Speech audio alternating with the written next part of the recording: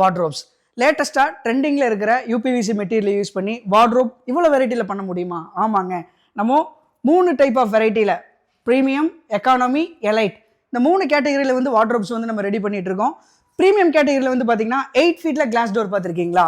So இந்த மாதிரி rich look கொடுக்கக்கூடிய கிளாஸ் டோர்ஸ் வந்து அப் டு 8 ஃபீட் வரை நம்ம தாராளமாக யூஸ் பண்ணிக்கலாம். அதே மாதிரி லேட்டஸ்ட்டாக இருக்கிற ஆக்சசரிஸ் எல்லாமே யூஸ் பண்ணுற மாதிரி ஜுவல்லரி ஆக்சசரிஸ், தென் ஹிடன் லாக்கர் இது எல்லாமே ப்ரொவைட் பண்ணியிருக்கோம்.